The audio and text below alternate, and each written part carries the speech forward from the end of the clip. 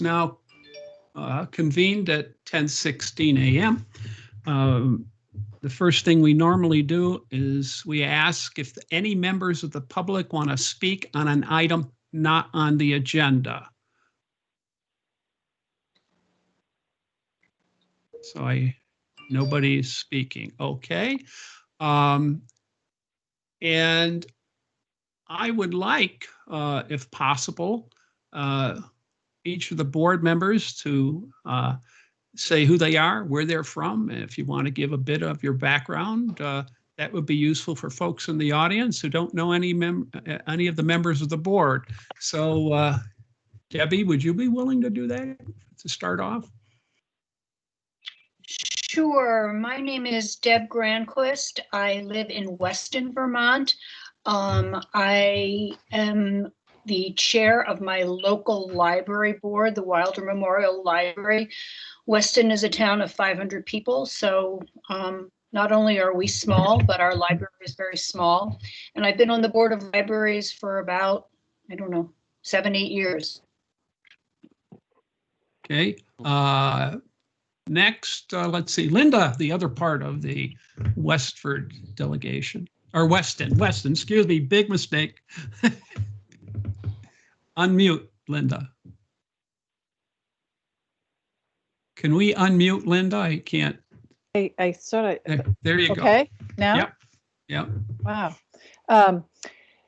I am also on the board of the library in the Wilder Memorial Library in Weston, recruited to the commission by Debbie and Bruce. Thank you.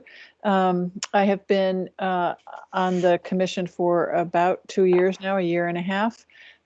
I am a permanent resident of Vermont, but only for the last 4 years. I previously lived in Connecticut, but had property here in Vermont. So I think that's it. Okay. Let's see, Adrian, I see you. You want to introduce yourself? Yeah. Hello, I'm Adrian Katz. I'm a librarian at the St. Johnsbury Athenaeum, and I'm new to the Board of Libraries as of this year. Okay, thank you. Let's see, James, are you around? I don't see you, but I think you're there. And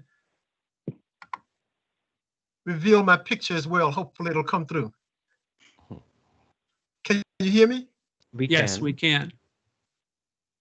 Okay, I'm James Saunders. I was born in Richmond, Virginia. However, I adopted as my hometown a place about 20 miles outside of Richmond, Charles City, Virginia, raised by my grandfather who was born in the 1870s, who was a farmer.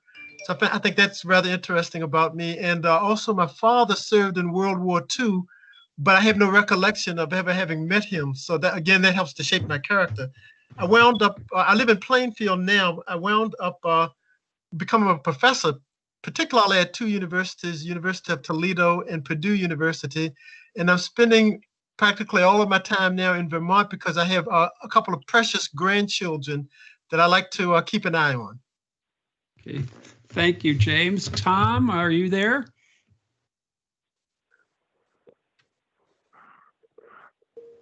I know Tom is there. Tom Frank?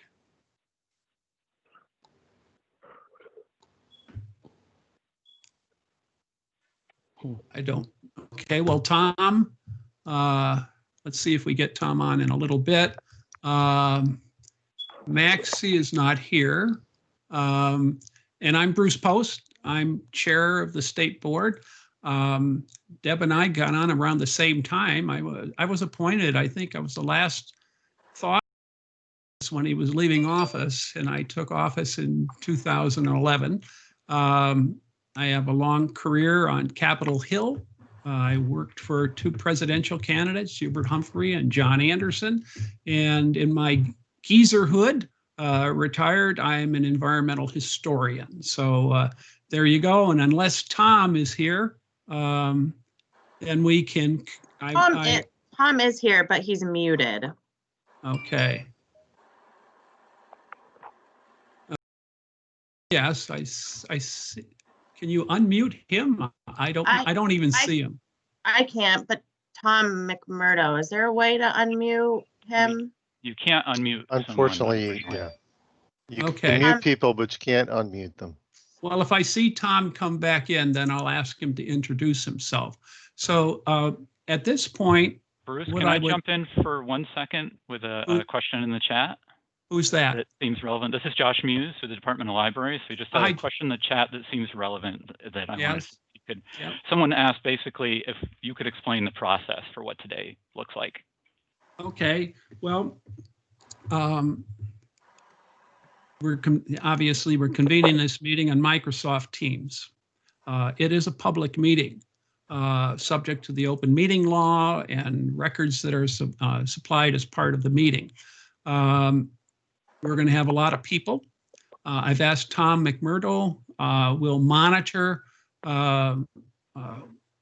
who's coming in and things. I'm going to ask folks to keep your microphones off because it gets random noise can cause problems. And also, if you're not speaking, unless you're a board member, please also turn off your video, which you can turn back on again, because that evidently is a bandwidth problem. On the chat issues, Josh or Tom, I don't know if you'll be monitoring that. I know people will write questions and comments. I am not going to monitor the chat myself because I find it very distracting and it draws my attention away from someone who may be speaking to the board or a board member who may be speaking. So people can post things in the chat or a question, and Josh, if you're monitoring that, you can interrupt and let me know. I also, Sherry had also said we do want people signing on with their names, and if they come on to make a comment, somebody just came on. Is there? Okay, if they come on to make a comment, please state your name, Hey, love. where you're from. What happens is it's, oh, there's Tom. okay. Am I on? We can hear you. Oh, okay, yeah. This is Tom board Frank member. from- Yeah, Yeah. go ahead, Tom. Tom Frank from Milton. The problem is with voiceovers, for some reason, screens come on and I can't see it. So periodically I get my wife to come help me and unmute me. And Tom is sight disabled, challenged. Legally blind. Blind as a Yeah, bat, there- whatever you want to talk. Yeah. Oh, Bruce, can you hear me? I'm now on Oh, with you on telephone, via telephone. okay. Max. And then last and certainly not least is Maxie Ewens. And Maxie, if you can introduce yourself briefly. Yes, I live in Charlotte, and I was the former director of the Fletcher Free Library in Burlington. Okay, thank you very much. So now I would like to convene the hearing on Paige Brook. I'll need a motion and a second and a vote to convene the hearing on the petition of petition number 1, Paige Brook. The current name is unnamed. So there you go. If somebody will make a motion. Hi, this is Deb Grandquist, and I will make a motion to open the hearing on Paige Brook. And with that, I have a question and a comment for the chair. This is Jason. Yes. One of the things I just want to make sure the board is aware, just for the record, is we did receive 2 additional petitions for inclusion, but because of the timing that they were sent, they are not able to be processed as part of a triumvirate that they would like to have. This would have been a request to have 3 petitions related to the current one and the associated waterways to be included in today's deliberation. We just received those last week.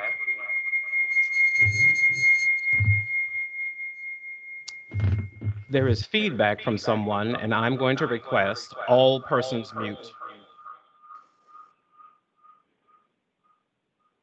Again, phone number 802-425-7339. Please mute. Thank you. Going forward again, we received those petitions, and because of that, they are not going to be included in today's conversation, so we will only be discussing Paige Brook by itself for awareness. Okay, so we have Deb's motion to convene the hearing. Do I have a second? Tom, I'll second it. All in favor, please signify by saying aye. Aye. Aye. Any opposed? Okay, so the Paige Brook hearing is now convened.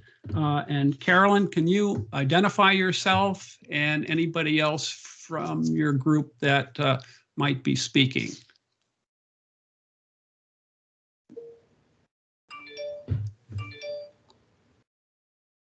Where's Carolyn? Carolyn, *6 to unmute. If you're using the phone only, *6 to unmute. Can you hear me? We Yes. can. So Hello? why don't you go ahead? Yes, yes. I'm Carolyn Bronze. I'm the clerk of the Bakersfield Conservation Commission. My colleague, Steve Jackson, has not been able to get on, so I guess it's just going to be me. And so I'm ready to go ahead if you have questions. I'm not quite sure what you would like to know about this petition, but go ahead. Well, if I recall, we had a problem at the last meeting, which I think was two Octobers ago. Somebody noticed that you were citing one waterway and naming another. So I don't know if staff recalls that or not. So what are we doing right now? I think I can explain some of that. Can you hear me? Yes, go ahead. Okay. Steve Jackson noticed that there is a stream running behind our local school. And it's remarkable because it's a very clean stream. It's a small stream, but it is year round. I guess the remarkable part is we have had locally, we've had a stream testing protocol going on through Missisquoi River Basin Association, doing water quality testing for quite a few years. And the waters that are running into Black Creek, which runs into the Missisquoi, have carried a heavy load of phosphorus and other contaminants. And, you know, the goal is to promote public awareness and really clean up our waterways. So he's a trout fisherman. He noticed the stream. He did a little research, noticed that there was no name for this stream, brought it to our attention at the Conservation Commission. And so we went ahead with the naming process. We chose Paige Stream because of the fact that historically, there did seem to be a family that lived on a farm, the Pages, right on the stream, near the stream, and seemed to be connected with the stream. So, so we went ahead and did the petitions, and then of course we realized that there are, you know, the stream in question is not the longest branch. And so there's two other branches that go into this. And so let's see. So we went ahead with the other two branches. We sent in the petitions. We understand that can't be decided today. But this particular stream, Paige Brook, is the longest tributary. And so we still want to go ahead, name that one, and in the future, we'll do the other two. And I can add some information from the October 2019 meeting. This is Sherry Bruce. Go ahead, Sherry. So like Carolyn said, the initial the initial petition that was sent in, I believe there was a couple different people from the town there, and there was question about where the brook actually started. So the board at that time tabled the request, sent back to the town's commission to review. Like Carolyn said, they reviewed, and in September they responded back to the Department of Libraries that they'd like the original petition, which is this Paige Brook petition, to go forward as is, and the name Paige Brook to be applied to the section initially presented. So right now we are reviewing the initial petition submitted by the commission, and they are asking they're asking the board to make a decision on this. And then the two other tributaries, petitions they supplied for the two tributaries will be separate petitions off of this brook. Okay, And this is Tom here, and I remember that exactly the way it happened. It was just a long, and I guess it was Josh that found it and said, yeah, which one? And Yeah. they didn't know, so they just went back and it was sort of pick one that makes the most sense. And now we have it. Okay, so the stream is properly identified at this point. And any other questions or comments from the board members about Paige Brook? I have one question. Is the clear stream going behind the school, is that the tributary that we're talking about? It makes no difference, but I'm just interested. Hi, Steve Jackson. No, that's Okay. not correct. Okay. The clean stream that originates behind the school is a tributary into the stream that will be named Paige Brook. Okay. Yep. Just wondering. Any other questions? Did I hear somebody say Steve Jackson? I am present, yes. Okay, Steve. To answer your question, the original petition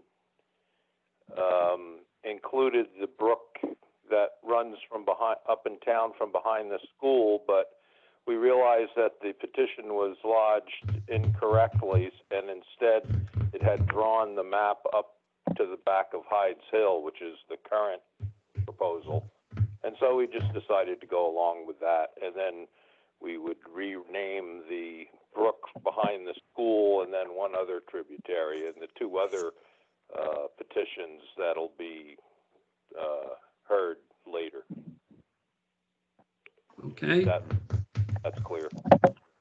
Is that clear to everybody on the board? And Sherry, Deb, go ahead. This is Deb, and I have a question. Steve or Carolyn, could you just explain, go back a little bit to the genesis of this? It came initially through the Conservation Commission. Is that correct? I can explain that. I was doing water quality sampling work on stream initially, and the director of that project asked me what the name of that brook was.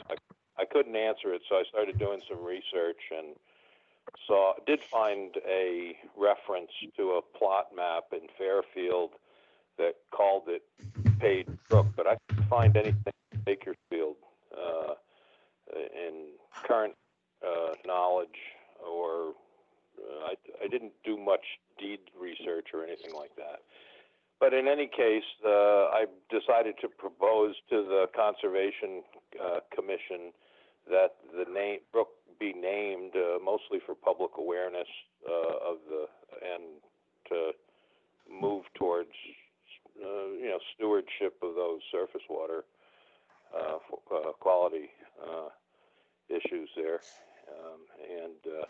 so they agreed that naming the brook would be a good idea. And as I was saying initially, the brook behind the school was the one we had in mind, but then when the petition was lodged by somebody else, they included the other tributary as the main branch, which was fine because it really didn't matter what it was named. The idea was just to put a name onto it for public awareness, and that, to acknowledge that that surface water was there, and so that's where we are today. And just a follow up, Steve. So as a process within your town, this came out of the Conservation Commission.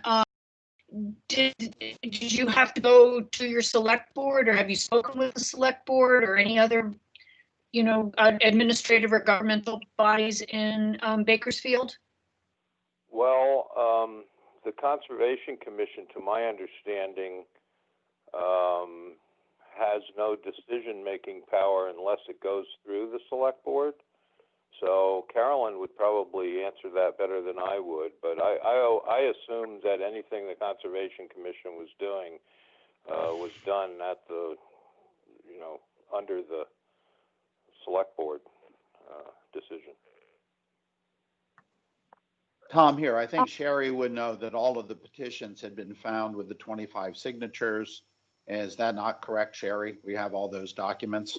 Yep, we have all the documents. Everything is good for this petition. And one of the final things that we do that I know Lauren did quite a few months ago was we send letters to all of the town boards and any other organizations or town organizations that may be affected by names, and we inform them of the name and give them a chance to respond on their thoughts, and the town agreed with all of this. We didn't get anything against the name back from the town or anybody else that was notified. So I'm just trying to get an answer to my question. Is the select board in support of this name change? Or not name change, new name? They are, yes. Okay. Any further questions or comments? Well, in that case, I'll entertain a motion to adopt petition 1. Tom here. Yes, Yeah, Tom, go ahead. I move that we adopt petition 1 to accept the name of Paige Brook for the designated river stream in Bakersfield as presented. A second? I second. Okay, James, second. All in favor signify by saying aye. Aye. Aye. Any opposed?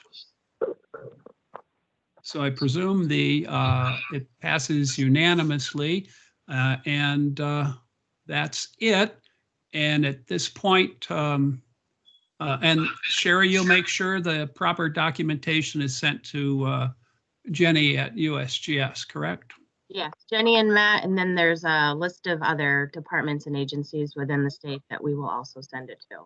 Okay, and just for the board members know, Lauren's no longer with us, and I miss her and thank her for all she did. She's now at, University of Alaska in Anchorage? Oh, geez. That is correct. Yes, I think she flew yesterday, so hopefully she's there today. Well, she did I have a question for the chair. Yeah. There is a particular comment that I'd like for you to address from Mr. Evan Littman. There is a note comment that says there was no opportunity for public question or comment before moving to a vote. Could the chair discuss that for our upcoming presenter on the Susana Toby Brook, please, for awareness? Well, we will have an opportunity for public comment unless somebody wants to make a comment on this right now. I presume that only the people from Bakersfield that are interested in this petition. But, and then I'll explain how I intend to proceed once we get to the hearing on Negra Brook. This is Evan Litwin. I just wouldn't assume that the public did not come with any intention to ask questions of the previous. And so asking that question would have been the appropriate way to go about it before moving to a unanimous vote. Are I have a you question. asking on a correction of what the board chair should do, Mr. Litwin? Again, we are doing Robert's rules. Please remember that. You might want to ask. I would ask, is that the assumption that there was no one in attendance and no one had a question for the previous petition?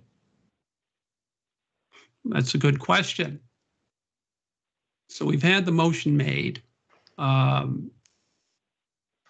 try to make sure that everyone who wants to comment has a chance to comment. Now, in this case, is there a comment on this? And then, No comment. okay. Anybody in the audience?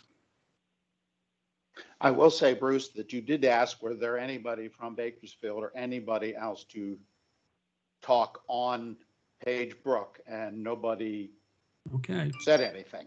I will say that you did ask, who is here to speak on it or whatever, and nobody did. Okay. And then we'll talk about this when we open the next hearing. So at this point, we've passed the motion. I need a motion to adjourn this public hearing. This is Deb. I'll make a motion to adjourn the Paige Brook hearing.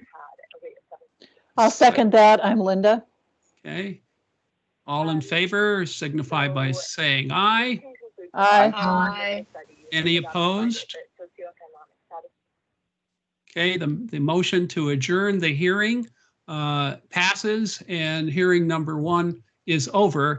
And before I entertain a motion or talk about the next hearing, I have to go downstairs and get my slippers. My feet are freezing. And I do have a question, Bruce. Yes, go ahead. We have someone named Rebecca Chamblers who just a minute ago chimed in and says, yes, I have a public comment about Paige Brook. I did not hear an opportunity to comment. How would you like to go forward?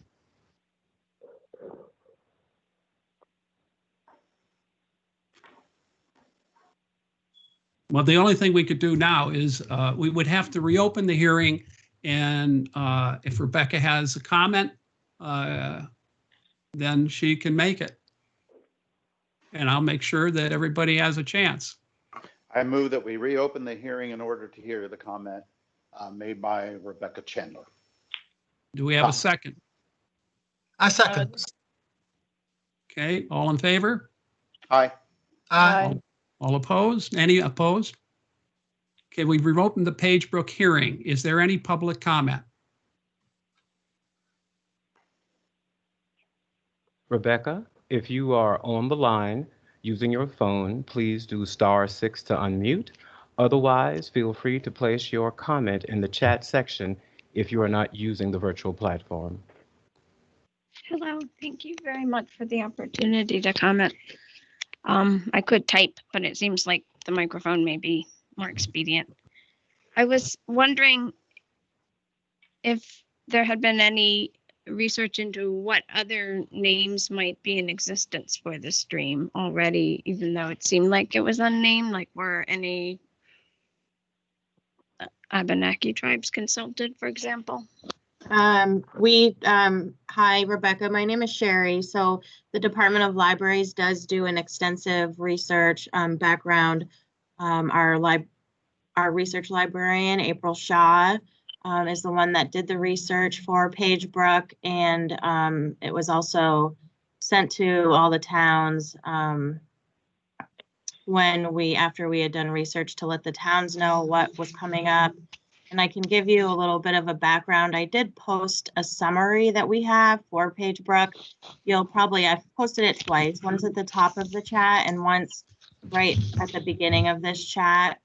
And the reason why the town had chosen this was because the first school teacher in Bakersfield was named Foster Page.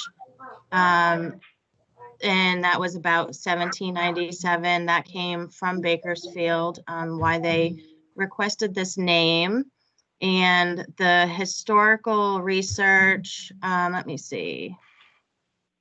It lists him as teaching the first school in a log cabin near the Edward Rice place. The The source also listed old maps and populations of Bakersfield. I know Steve also included a tax plot map for Fairfield where unofficially the brook is actually named on that map as Paige Brook, which is why they wanted to get an official name to this and have it on state and national maps. And let's see.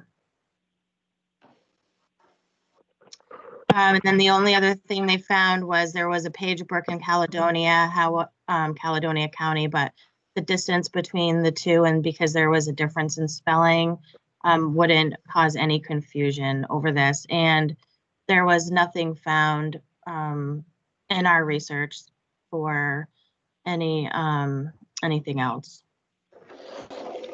Thank you. I guess I have a comment. I was wondering if state recognized tribes had been asked as part of the process, because I heard that towns were consulted. But I didn't quite hear if state recognized tribes had been consulted. That's my I'd like to comment on that. This is Jason. Sherry's very helpful on information that is posed. For understanding and awareness, Rebecca, the State Board of Libraries is not at the current moment under the jurisdiction of the specific, let's say, statutes of some of the other state geographic naming authorities, such as A&R. Within that, what you're referencing is a state law that A&R must contact and have conversations with all indigenous populations as part of its naming process. The State Board of Libraries does not fall within this current jurisdiction, but within that, the State Board does have communication which allows all persons in a town to speak. So while you might not examine that through an inclusive lens of directly speaking with disenfranchised persons, it is appropriate that your voice is heard through the collective voice of coming and being aware at items as this. But we have, in the past, have a lot of conversations, and the chair can discuss some of the history of the board if you'd like on that, where specific names were brought to the attention of the board by the Abenaki people. Unfortunately, those names, because of the process, might not have been made available at the time, but there is a very deep need by the Department of Libraries to ensure all persons are connected and informed of what's going on in their community, because it impacts them. I just want to add, I see a hand up for Mr. Litwin. I'll get to him in a moment. We have named two features during my tenure. And Peter Bergstrom's on, he may remember Sokoke Falls, which I think was Brockway Falls in the past. The Sokoke was the eastern band of the Abenaki. And in Plainfield, it came from the Conservation Commission, an unnamed brook near Spruce Mountain, and it's Muskashkik Brook. I think it means red spruce, and we had a nice ceremony. We also entertained a proposal to change the name of Mount Ascutney, and after having actually quite a long conversation with a retired anthropological linguist from the Smithsonian, we concluded that the current name was actually more appropriate and in line with the original Abenaki. So we're not unmindful of these things. Now, Mr. Litwin, you have a question. Yes, well, I just wondered from if the petitioner wanted to offer if they had outreach to the Nulhegan and Missisquoi bands whose land, unceded land, territory runs right kind of along the line of Bakersfield. And so while there may not have been an obligation from the standpoint of the board, I just wondered if the Conservation Commission had done anything that they'd like to share.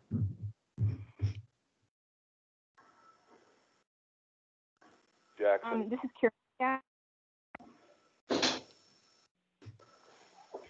Hello. Hello. I'm not aware of any contact with the Abenaki group from the Conservation Commission.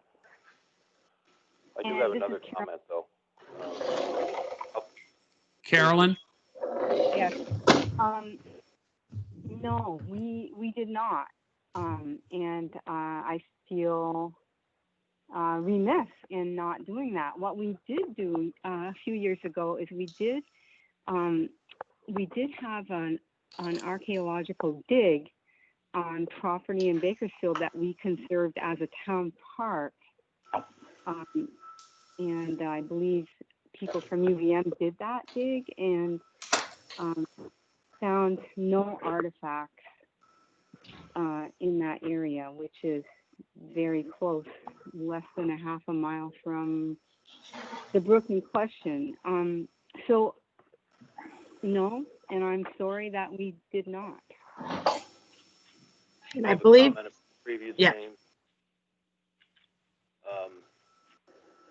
Previously, on research I was doing exactly on this, and not to draw away from the discussion on Abenaki, but there was a previous name for this stream indicated in a historical account called Bakersfield, Vermont, the way it was, the way it is, a small paperback that someone local published in probably 1960s or 70s, that named the creek on a map in that book as Black Creek.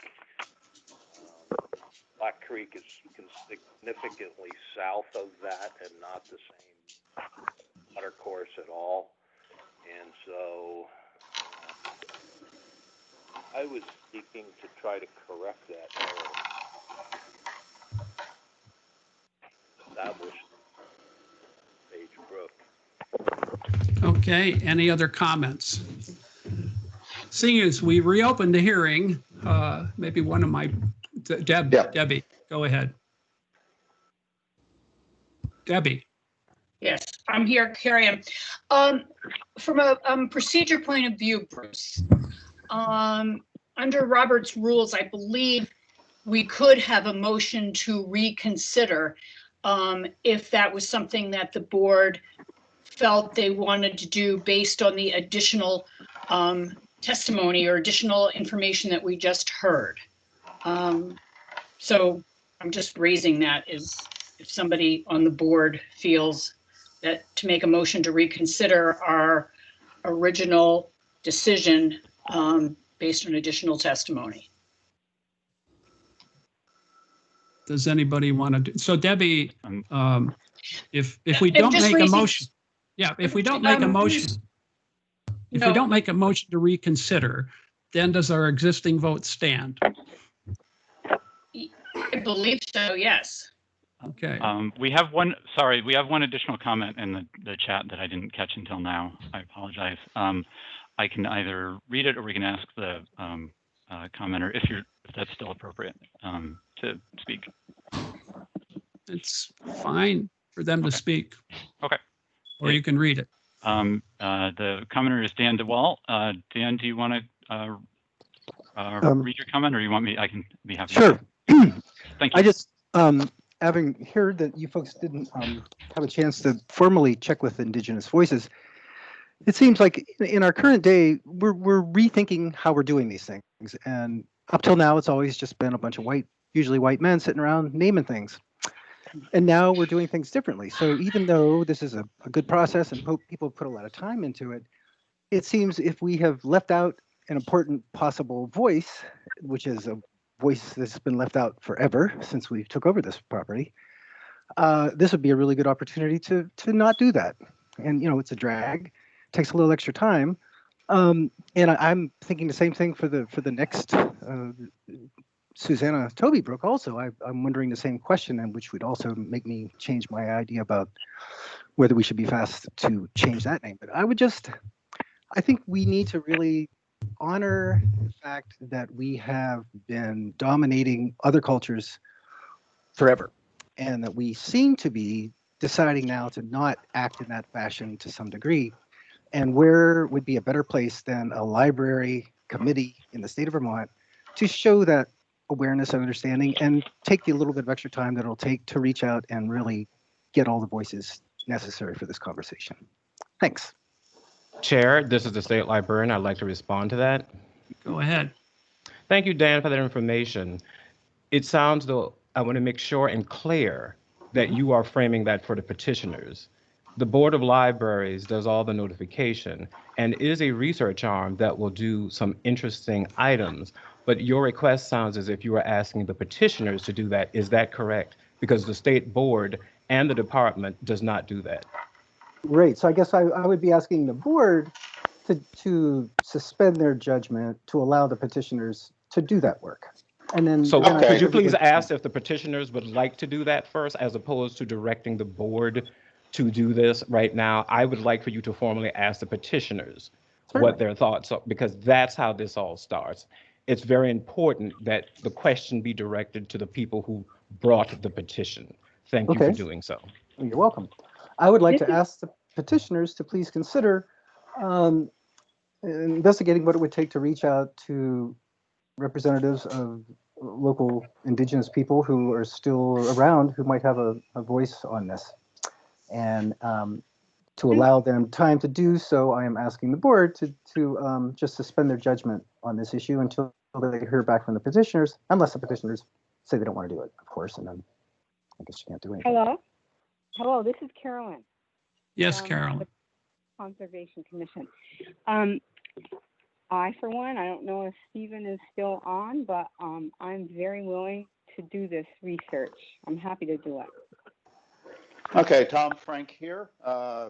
Based on the additional information, I move that we reopen the naming in order to make sure that any indigenous groups are consulted to see about naming the what formerly has been determined to be Paige Brook, and then bring that up at either our, next one be January, correct? Either January, but if there's inadequate time for warnings and all that, at our April, May, June, the April meeting. Yeah, I don't think there's enough time, right? There is not enough time. The next meeting is the second Tuesday of January. Yep. So any research that the town does, and then sending it back to April to re-research.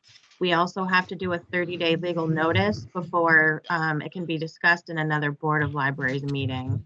So I'm saying we brought up and voted, determined on the April, the following the April meeting. So then everybody knows when it's going to be, and then it limits the time of the research. That should be adequate time. Okay, this is the chair. Let me jump in here. We have a petition that has been submitted to the board.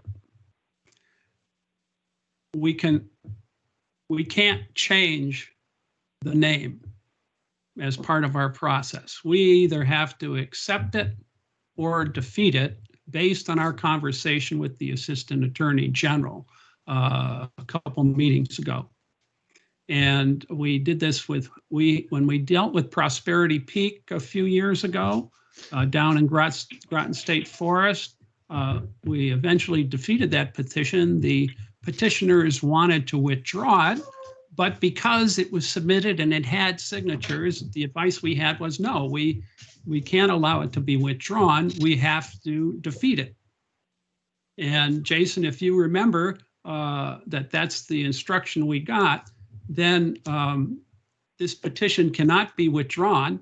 It has to be acted on. Thank you, Chair. I'll jump in. Yes, that is acted upon by the AAG in conversation, and this helps for the current discussion and for the next, based on what we might have to discuss going forward. Any petition that is brought forward only has two options per our legal advice from the state of Vermont, which means if the board so chooses, they will take it up and vote it down to then have the petitioners to start completely again. Unless, of course, this is to be accepted and then things move forward with that. So within that, the petitioners are unfortunately not able to withdraw this, and it is now in the purview of the board to vote on this current aspect for decline or acceptance. But the question is, could Deb said, I think it was Debbie or who said that we could simply reopen it and then bring it up, say not approve it now, and bring it up in April. And if there is no more information submitted, then we would just approve it. That is in true. April. The Okay, board we is can- able to table it as well and let it And that's sit. to table it. Yeah, and this is what we did with Paige Brook 2 Octobers ago. We tabled it. So it continues to be an active petition. And if the board wants to table this until a subsequent discussion, then we can have a motion. And if we do table it and the folks in Bakersfield reach out and come up with another name, then we're going to have to defeat your petition. And you're going to have to submit a new petition with the new proposed name. So there So you I go. modify my motion to say that we table it until at least giving the petitioners, if they wish to do additional research, and then vote on it at a future meeting, no sooner than April, allowing adequate notices if there are any for discussion. Is there a second? This is Deb. I'll second it. Any discussion before we move to a vote? You understand the motion? Can I just ask a question of Carolyn and Steve? Yes. I think that I heard earlier that there were 2 other petitions in the works for streams, et cetera, around this stream. I guess maybe since we are in the motion at the point of reconsidering, if you will, you guys might all want to get your thought process together and work together and maybe present everything like you had wanted to be able to do today. So the 3 things would come forward at the same time. I agree. I agree. This is Carolyn. Yeah. Okay, and have we accepted those petitions? Have they been certified and No. everything? Okay. We have received that at the moment. Sherry has the information, but we have not begun formal processing of that. And Sherry can add some more if she needs to on it. Okay, well, can we return those petitions now? We haven't accepted it. Can the staff make a decision to return the petitions to the petitioners? We can, if that is what the petitioners would like us to do, because we have not started the process of review. I have a question. Yes, Steve? To my understanding, you want us to, or you want to table the current petition and allow us to consult with local indigenous tribes about whether or not there was a previous name assigned to that particular brook, if we wish to do that.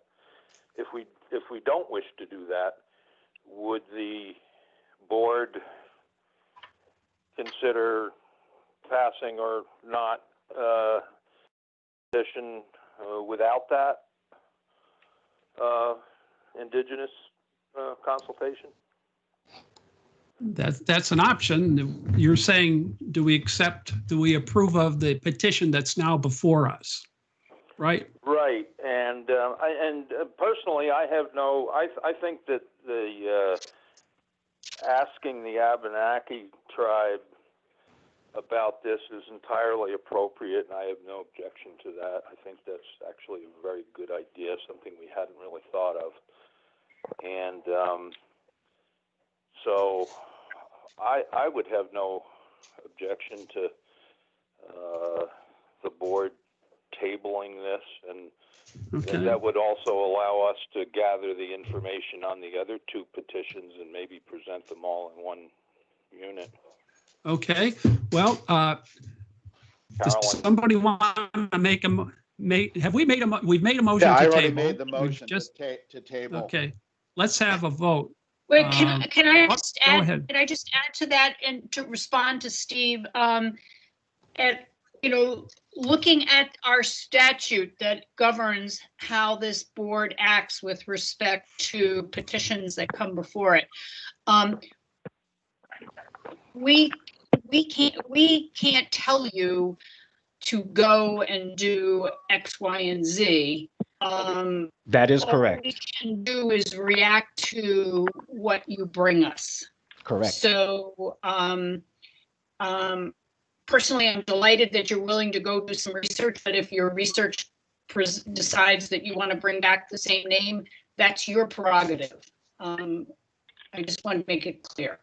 At least that's my. Tom, the maker of the motion, that was exactly my purpose, is that if you check with the tribe, and we didn't name that because from my understanding of various indigenous cultures, naming things means ownership and nobody owns it.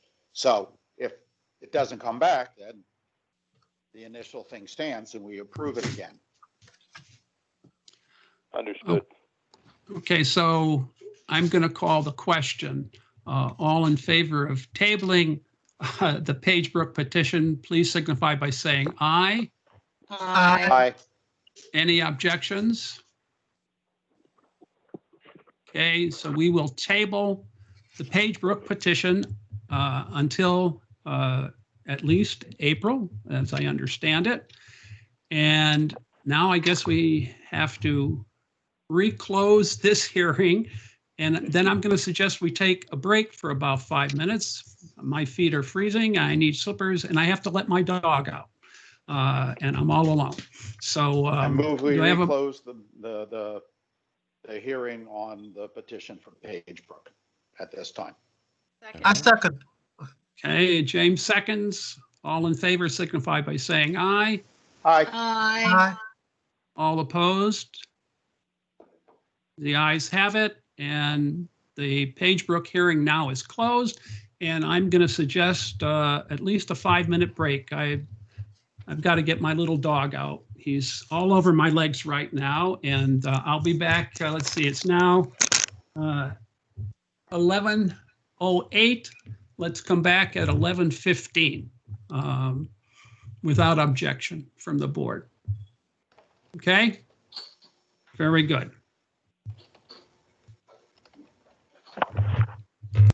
Hi, everyone. This is Sherry with the Department of Libraries. I'm just going to give an update on if you have recently made it come into the meeting.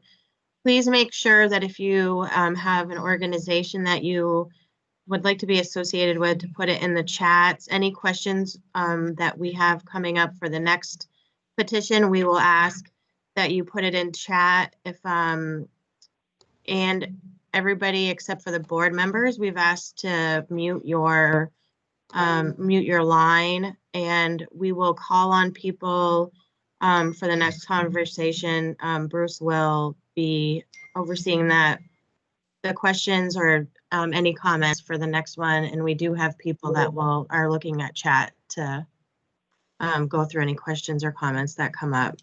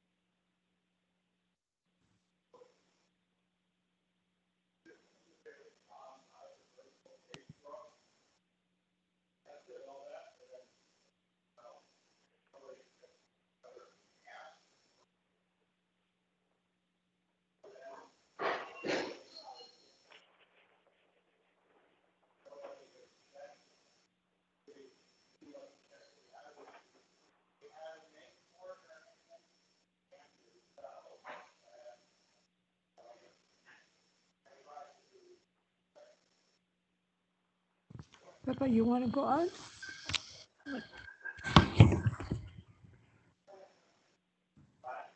Peppa, come.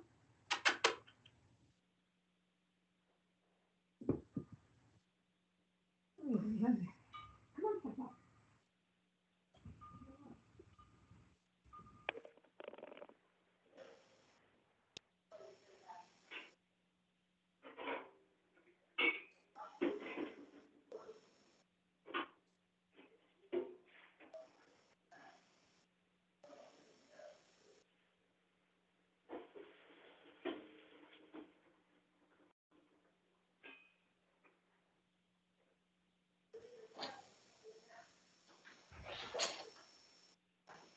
5-minute break.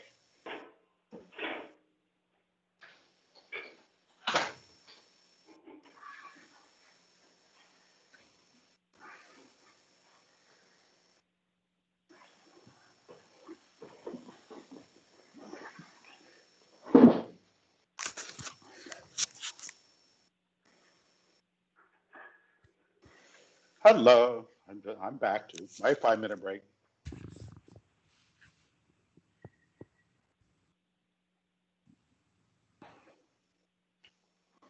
Can you hear me? I want to make sure it's not muted. Yes, we can still hear you. Okay.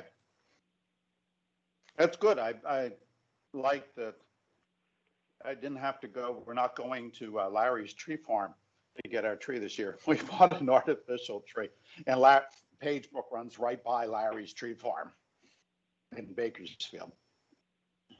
That's funny. So I don't, right, so I don't have, because when they did the initial petition back, be 2 Octobers again, he said, when he came in and said, I think I know you. And I said, yeah, I know you. Oh, Larry's tree farm. Yeah, yeah. I complained about his out of tune Santa Claus singing every year. But my wife and I are getting a bit older and be chopping down a tree and hauling it up and putting on top of the blind guy putting on top of the car. Nah, we'll order an artificial tree. Be bad Vermonters. Today.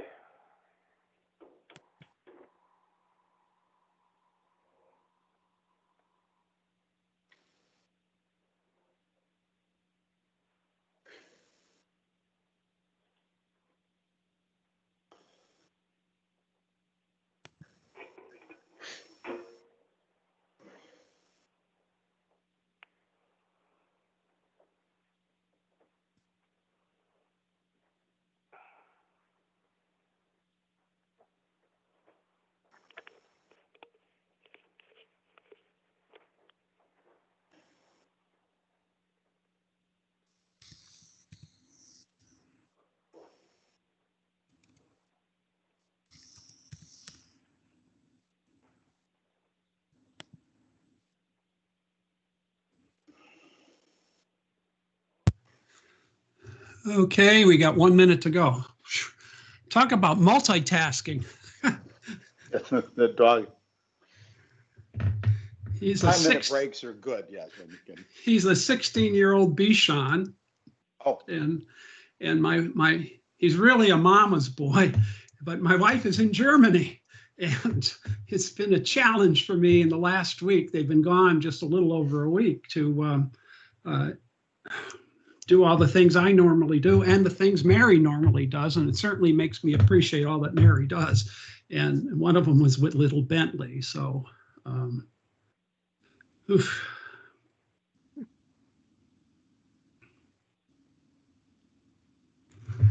So for the board, who do we have on? Nice. James is there. I don't see Debbie. I don't know if my video's on or not. I can't see you. Good. Okay. I can't see you either. So that's good. Yes. Well, that's even. I'm not going to call that a win-win. That would be insulting. Well, you can't see me anyways. Tom and I ride to board meetings when we have real board meetings in a public space, and this has been going on for a few years. And Tom is legally blind, and I don't always get it. I'll say, "Hey, Tom, did you see that?" So we go through this. Yeah, not lately is right. So let's see, who do we have? I'll wait. James is here. Tom is here. I'm here. Is Max? I am here. Are you still on? I'm still okay, on. Linda's here. And let's wait for Deb then. I'm going to get my dog in. Adrian? Is Adrian here? Yes, I think so. Okay. Are you on, Adrian? Okay. I keep muting. Let's wait for Debbie, please.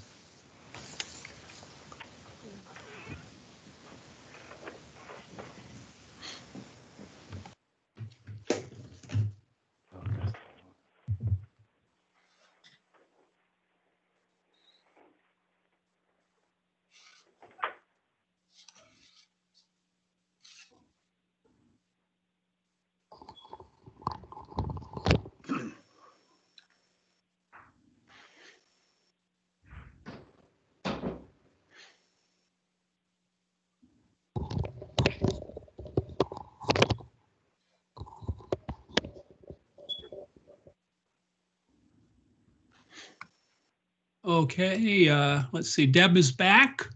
So we now have a second hearing to be voted in, which is to consider changing the name of Negro Brook in Townshend to Susana Toby Brook. And we can convene the hearing, and then I will ask some questions of the primary proposers of this for what they would like to see happen. And I know what I'd like to see happen, not in terms of outcome, but in terms of process. So if I could have a motion to open the hearing on the proposed name change for Negro Brook. I will, Linda, I will make that motion to open the hearing on Negro Brook. And is And there a this is second? Deb, I will second it. Okay, so we have the motion. Any discussion? All in favor, please say aye. Hi. Aye. Any opposed? No, the ayes have it, and the hearing is open. Now, Mr. Litwin, are you the spokesperson for the group? I would not say that. I would invite Alex Hazard, who's the co-founder of the Rename Negro Brook Alliance, to also speak. And of course, we have Dr. Elise Guyat, who's our historian, who has led us through so much of the research process. And of course, she is here to answer any questions that you have. Okay, well, then I'll call on Mr. Hazard if he wants to make a presentation. And Dr. Guyat, do you want to make a presentation? This is Alex Hazard here. I'm happy to open to start, and then I can pass it off to my colleagues if they have anything that they would like to add. Okay, if you'll please go ahead. Please identify yourself, who you are, who you represent, and where you live. Thank you. Sure thing. So my name is Alex Hazard. I use he, him pronouns, and I am with the Rename Negro Brook Alliance. Like Evan said, I'm a co-founder of the Alliance with him, and I live in South Burlington, Vermont. So first of all, I just wanted to thank everybody for joining us for the renaming hearing today, and for the board for holding this special hearing and acknowledging kind of the importance of resolving this issue with expediency and of course with accuracy. But there isn't much that I wanted to add, that we haven't already shared with the board and all of the documents that we submitted with our petition, but just a little bit about why this renaming is so important to me personally, and why I'm committed to renaming this brook after Susana Toby. And not to be too reductionist, but very simply, sorry. Can you hang on for a second? Debbie, Absolutely. Do you have a question? No, Alex, I just wanted to say to you that it would probably be in your best interest to be repetitive, because we do have, I believe, 2 new board members who have not heard anything from you or your group. So I think I think it would be helpful if, speaking for them, if you could speak a little bit to the whole background. Sure. Can I say one thing? If somebody is not speaking, would you please turn off your cameras and your audio? Because I get feedback and I see people on. We're trying to protect bandwidth. Mr. Hazard, are you not on audio? Are you calling in, or what is that? No, I'm on audio. I just try to mute myself when I'm not speaking. So. Okay, and are you on video as well? I've turned my video off, but I can turn it on. Yeah, please turn it on. Okay, thank you. Yep. There you go. Continue, and I think that's a good suggestion. Matter of fact, all we've entertained when we would have the special meeting, but we've never had a hearing on this issue. There's a lot of documentation that's presented to us, but I would like to hear a presentation with the rationale and the proposal and things like that. So go ahead. Sure thing. I don't think I will take on the full explanation. I know that both Evan and Elise, have other bits to share from our petition. So I will give some context and then allow them to kind of add to that also. But I guess very basically, our goal here in renaming Negro Brook is obviously the name Negro is offensive, has been deemed offensive. There's a lot of academic scholarly research showing that kind of transition from the time where Negro was kind of like the accepted term for Black folks, and obviously in 2020 that is no longer the case. So, we're looking to rename this brook after Susana Toby to uplift and acknowledge and celebrate her story and the story of her husband and her family in their time in and around Townshend, Vermont, as kind of the early Black settlers in the area. And Dr. Guyat can speak to a little bit more about the history of their family there. And then, like I said, I kind of wanted to speak a little bit more on why this is important to me. And, just talking about, like I said, language matters. And this isn't the first public place name I've seen. Certainly that's given me a pause. It caused me to do a double look. And I know it won't be the last, but I would like it to be the last time I see that in the state of Vermont. Like I said, I don't think there's really an argument that, Negro is an offensive term. And that it needs to change. And I think most Black folks, and certainly, plenty of non-Black folks as well, would see a place called Negro Brook and think twice about stopping or visiting. I know there are other folks who have said similarly, had other folks share experiences with them, where they've gone to the state park and seen Negro Brook and had like a bit of an ouch moment, wondering why is that here and why hasn't anybody changed it?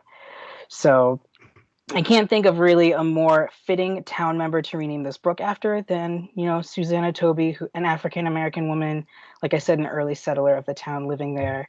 Our earliest record is her and their family being in there in 1810, and she was there until she died, I believe, in 1854 at 104 years old. And so, we really want to pay tribute to this family by honoring Susana and, just acknowledging the strength and resilience of Black women and the many roles that they've played throughout U.S. history and the roles they continue to play in the fight for justice and equity. So, and just wanting to have this kind of set a precedence in uplifting the stories and lives of Black women. And so that's kind of all I would like to add about that. But I'd like to pass the floor to my co-petitioner and co-founder, Evan, if he has anything that he would like to add. Hi, thanks, Alex. Well, I know Elise will offer such a richer story than I can. Wait, please. For the record, identify yourself and where you're from. Yep. Sure. I'm Evan Litwin. I'm also the co-founder of the Rename Negro Brook Alliance, which has now adapted into the Restorative Remapping Project. And as part of the restorative practice, to look at how geography and how mapping is used, that is what, to prop up kind of this myth of white foundership or aspects of white supremacist culture. That is what inspired me to take on this project. I am the original petitioner, and these wonderful folks joined me along with so many others. So Elise will offer a lot about the history and is certainly the expert there. And I also just really would be remiss in not saying, thank you to all the many, many people in and around Townshend who helped us gather signatures, to Stephen Gillum, the president of the Windham County NAACP, to Senator Keisha Ram, our first senator who also identifies as a woman of color in our state's 229 years. And there are so many other folks here, the Peace and Justice Center, the board of the Rokeby Museum. Curtis Reed is here joining us. We're thankful for that. And many folks at the Vermont Department of Environmental Conservation and the Department of Forest Parks and Recreation have been engaged in this work. And what I've learned is that people really care about changing this, and they really want people to feel safe and comfortable in the Townshend State Forest. and in any public land in Vermont. When I first took this on, I received a lot of questions about, am I an outsider because I live in Burlington, even though I am, you know, a graduate of Vermont public school systems, and you know, that this is a Townshend issue, whereas I feel that racial justice issues are issues for all Vermonters, and certainly on state and public land that is in public trust. And so hundreds of people have joined me in signing on to change the name to Susana Toby, who has a very exciting story. When I first petitioned, there were some concerns that were raised by you, Chairman Post. I read those very seriously. Some of those concerns were about her married name, which is actually Huzzy or Hussey. It's been on 2 different documents. And so there was certainly concern that was raised by people, and I shared some of that concern about the modern connotations of that last name, and that is what led us to pursuing her maiden name, which is Toby, and celebrating her, you know, as kind of an African-American woman, an early Republic, you know, mother of the Republic, who fought adversity and thrived in Townshend and the Townshend area for over 40 years. Can I interrupt for a second? Sure. I don't remember communicating with you. Or you communicating with me? I know you've had discussions with the staff, but have we had a communication? Yeah, well, this would have been in roughly August through October of 2019. And so there were some concerns that were listed. I thought you were the person who communicated that. I'd have to go back and look. And so it's possible that it was Lauren Wallace, but either way. I'll jump in and advise Lauren. Thank you, Evan. I'll just clarify. It was with us. Evan was talking with myself and Lauren from time to time.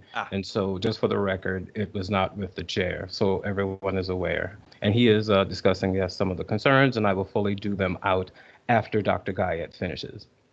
Okay, go ahead. Thank you. And then, you know, certainly we were asked to ensure that the folks of Townshend were involved, that we outreached to the select board, that we outreached to the Historical Society, which actually we had already done at that point. And certainly that members of the public in Townshend were signatories on the 25 signatures that were required. I acted upon all of that with Alex's help, and we believe we've met all of that. We've listened and heard your remarks. They were thoughtful, and we appreciated them. I appreciated them. And so I am here to answer any questions you have about essentially the process that we undertook. Any questions you have about our contact with the Vermont Historical Society or with the Select Board. And, you know, we have outreach to the Select Board. I know that you asked the question in the previous, the Paige petition about, you know, is the Select Board on board with this? And so I'm prepared to share with you that they have not communicated directly with us at any time. So I would say they do not support us, but I can't say that. And you know, I am happy to answer any questions about that. It was not taken up at any of the public meetings by the Select Board, so it was not heard by the public down there. But we have done lots of outreach and have arguably had quite a bit of contact with Townshend residents, West Townshend residents, and many people from Windham County who are excited about this work and also feel strongly about supporting Susana Toby, many of whom are here today. So I can answer any questions you want. You fire them at me whenever you want, but I do want to invite Elise. Yeah, I would, we can continue, Elise. I have a comment, but I see Deb first. Okay, Evan, so back to the Select Board. Well, I actually, Evan, before I ask this question, I just want to ask a question of the board and also the Vermont Library staff and Jason. How are we to deal as a board? How are we to deal with the comments that come up in chat? Are they part of the record, Yes. for our decision making? So that would Yes. mean that before we can make a decision, I mean, I see that there's a bunch of stuff going on over here, but I can't listen to Evan, have my brain work, and read all those comments too. So This, I would say for your records, for the board, this is a record that can be used should the board not make a decision today. Again, the board has the purview of, as you already know, voting up a petition, voting it down, or tabling it until it has more information. What we are doing, part of our staff, is we will ask to cut in if the question is pertaining to something very specific as far as time. All other questions are going to usually be asked at the end so that they could be gathered. There is one that is, to me, very important that I really would prefer to wait until Dr. Guyat finishes, but it also is something that maybe they need to also consider because I believe everyone can see it. So with that, to help you with this, I will just ask it so that that's on the table in everyone's mind. Dan asked a question in the last petition for Paige Brook about the consultation of connecting with Indigenous populations. This should be a question then that I'm just going to ask. It is not, again, by the purview of the board or myself or the department to make or have someone do this. It is, again, a recommendation. The question in the chat is, in view of the action just taken by regarding Paige Brook, could the petitioners of this petition let us know if they have taken Indigenous voices into consideration when choosing a new suggestion for naming the Townshend Brook? That is not necessarily for us to answer, but for the petitioners when they are ready. So with that, I will now mute my mic and allow the chair to continue going forward how he would like to. I would like to say, Debbie, just a second. Sure. I'll let you weigh in. I'm glad the staff is monitoring the chats. I don't. I find them very distracting, and I want to give attention to the person that's testifying before the board. If I'm trying to read chats at the same time, I can't give proper attention to both. So thank you to the staff for bringing it up, and continue to do so. Tom, Deb, and then, Tom about this, and then Deb. Yeah, I just want to reassure everyone who's commenting in the chat that we are monitoring those and that you will be heard. Okay. Debbie. Yeah, I have a question for Evan, but I also just wanted to reiterate what you just said, Bruce, because I can't pay attention to what's going on in the chat and also pay attention to the person who's speaking. So I'm not going to be paying attention to the chat. Somebody else, the people who are participating in the chat, if you want your voice heard, I really suggest that you raise your hand and ask to be heard. That's number one. Number two, Jason, I'm glad that you brought up the question about Indigenous peoples and Native Americans, and because I had that question also, so I look forward to an answer to that. But I want to go back to Evan was starting to talk about select board support, and he indicated that they have not gotten any support from the select board. And so my question is, did you contact the select board and ask to be put on the agenda for a select board meeting? Hi, Deborah. I can say that we have contacted the select board to discuss it. We did not ask specifically to be put on the select board agenda, certainly not as non-residents of Townshend, but we have contacted them on numerous occasions over the course of the last, over a year. They're well aware of the issue. They're certainly on notice. The Vermont Historical Society has been in close contact with them. And, you know, we're we're aware that they're aware, right? So I've offered to attend meetings of the Historical Society actually on multiple occasions going back to October of 2019. And that was also never accepted by the gentleman I was speaking with. Okay, can I interrupt can I interrupt for a second? Yeah. You said the Vermont Historical Society. I'm sorry. I meant to say the Townshend Historical Society. Thank you for correcting me. Thank you. That was a question. Yes. So since you spoke about the Townshend Historical Society, have you gotten their support? I would say that, and I do want to allow Elise to jump in with her history at some point, but in answering your questions directly, we have not received support from them. We have received a lot of support from Townshend residents. We have, they have given multiple quotes to media outlets, which were included in my petition. They gave a quote to the Brattleboro, I think it's the Commons Media, that said they were actually rescinding what they held an emergency meeting on the July 4th weekend. Can right? I just ask you, who you said they? Who was they in this? The Historical Society. Thank you. So they held an emergency meeting on the day leading up to the 4th of July. They voted unanimously to oppose our petition and create their own petition called Freedom Brook after the Underground Railroad, which they alleged there was a connection to, and Elise can certainly share that she has evidence that there was no connection there. And there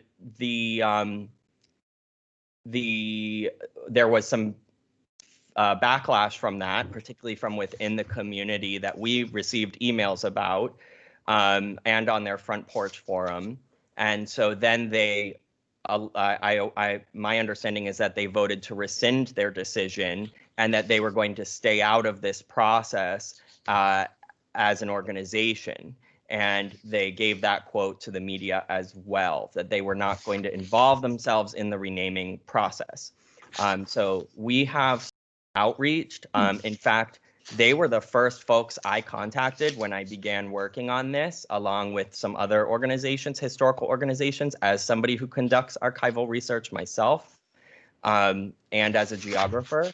So, we certainly had, they helped me get a little started, but they did not have, the full picture either at the Historical Society as to how the brook got named and when the brook got named and who particularly lived there.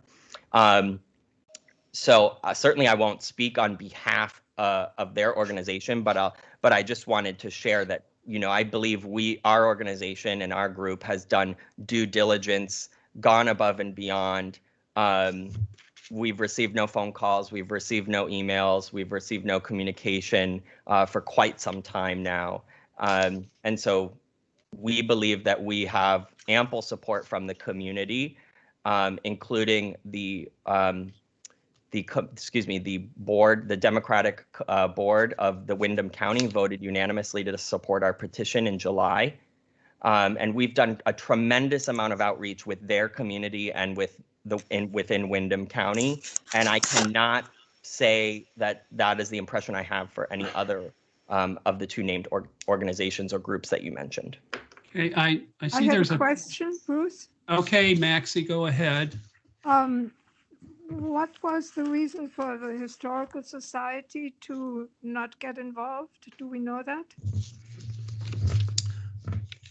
Is there anybody here from the Townshend Historical Society who wants to make a comment? Okay. I guess there is no one that wants to make a comment. I'm listening. Who's that? Charlie Marchant. Okay. And Charlie, are you with the Historical Society? I'm president. Okay. Okay. Do you want to make a comment, or you just want to stay quiet? I just want to comment on the process, because officially I'm not authorized to speak for the society. I did send a letter to the library board as a citizen. The petition was not supported by the society because we did not consider it to be historically accurate. And we did not oppose a name change. The whole issue of Freedom Brook was rescinded, and we voted to not get involved in the process because of the research necessary to get the naming correct. Okay, thank you. That research is ongoing, and the status of it is explained in the letter that I sent to the board, which I assume, since you sent the letter to the board, it would become part of the public record if someone wanted to see it. This is correct. This is the state librarian. If so chooses by the chair, would you like for me to read the letter? Well, just a second. James has got his hand up. And Linda. And and also Linda. Sorry, no, Linda, Yes. our Linda? Yes, our Linda. Well, let's go with James, then Linda, then you, Jason, okay? This is James. Can you hear me? Yeah. Oh, I just wanted to thank Mr. Litwin, Mr. Hazard, and Dr. Guyat for what they're doing.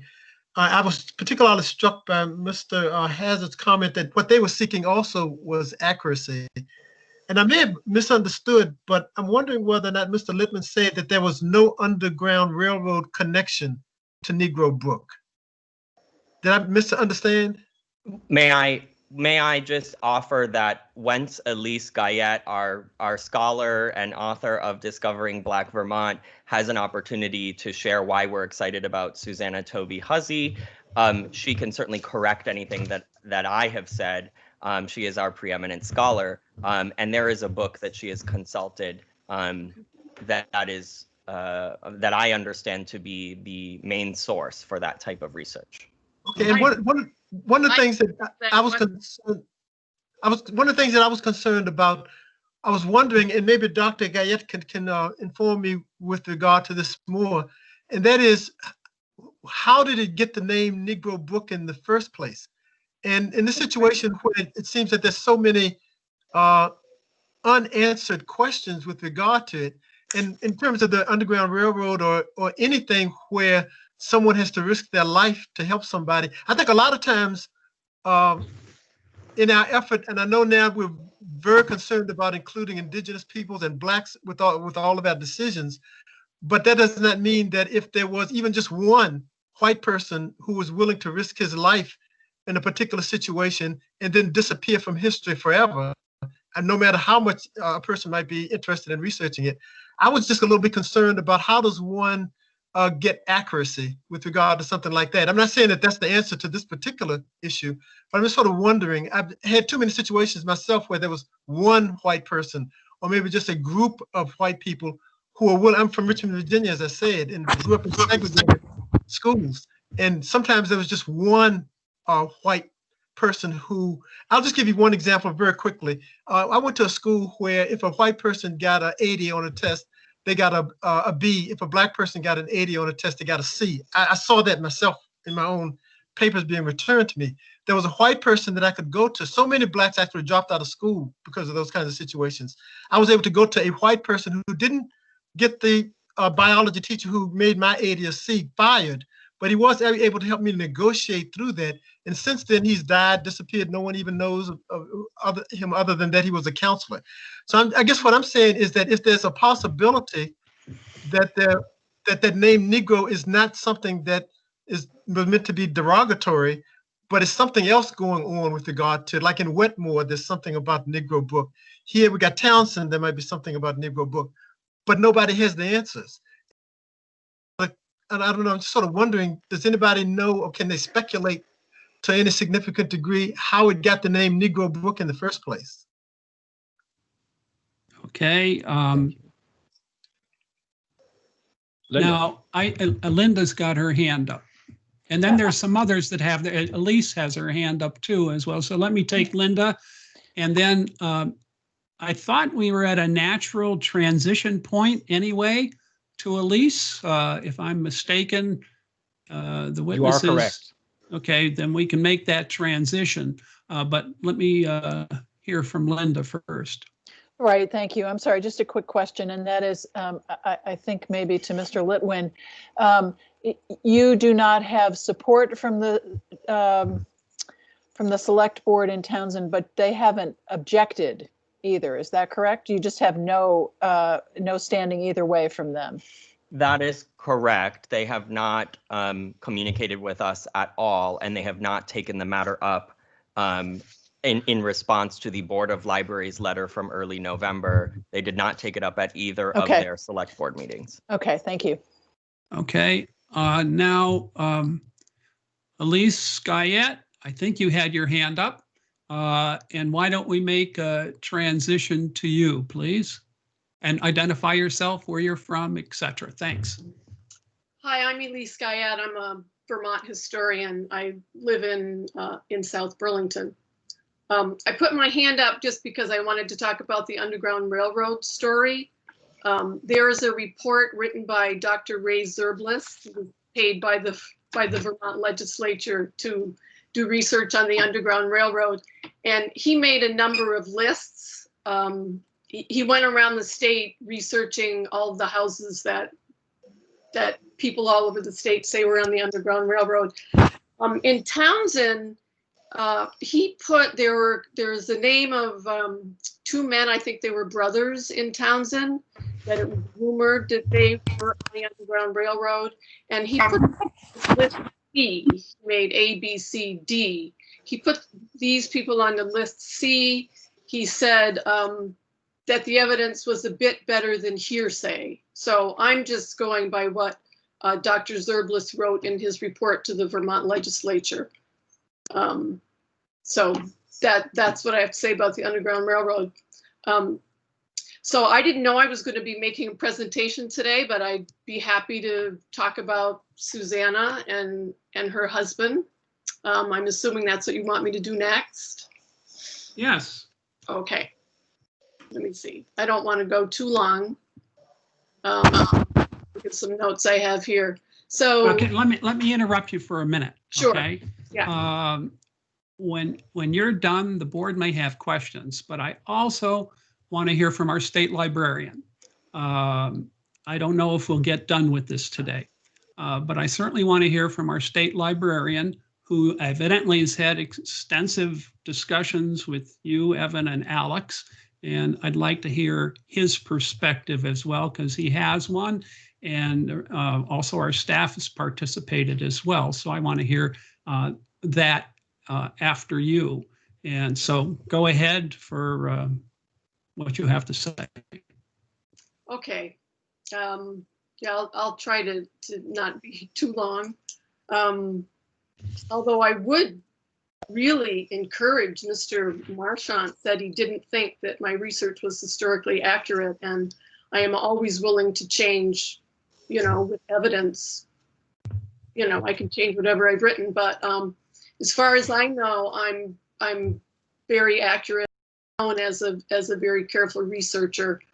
The reason I got involved in this is because I have a database of all the people of color who were counted in the census from the beginning until about 1870. So when I heard somebody wanted to change the name of Negro Brook, I told people I've been cursed with a logical mind. So I logically thought, well, this name points to the presence of African Americans in the area. So gee, we should find, somebody of color to name that brook after. So I went through my database and I did find a number of names in the Townsend area. They just weren't there very long. So the people who were there the longest were Susana Toby and her husband, James Hussey. Susana Toby Hussey. So I thought, well, this sounds like a really interesting couple, and I did a lot of research into them and discovered that they're fascinating. They tell a complex story of race and politics and all sorts of other things in Vermont that we don't often hear about in our histories. So just quickly, so Susana Toby was born in Maine, which was actually a district at the time. And James Hussey is also from Massachusetts. And I discovered that James was enslaved. And I discovered that he was enslaved by one of the original proprietors of Townshend, and that was John Hazeltine. So he's very intimately connected with Townshend from the beginning. And James Hussey fought in the Revolutionary War the entire length of the war. He fought a couple of terms as a substitute for John Hazeltine's sons. So his sons did not fight. James fought for them. And then he fought later under his own name to gain his freedom. And after the war, so Susana was home alone the entire length of the war. James would occasionally come home in the winter, but she was home alone on the home front, like thousands of other patriot women, keeping the community together at home. That's something I think that really should be celebrated, that women on the home front. The first evidence I find of them in Townshend is the 1810 census. Unfortunately, like many census takers, the report— Excuse me just for a minute. Debbie, can you take over for a minute? I have to get my dog. He's crying. I'll be right back.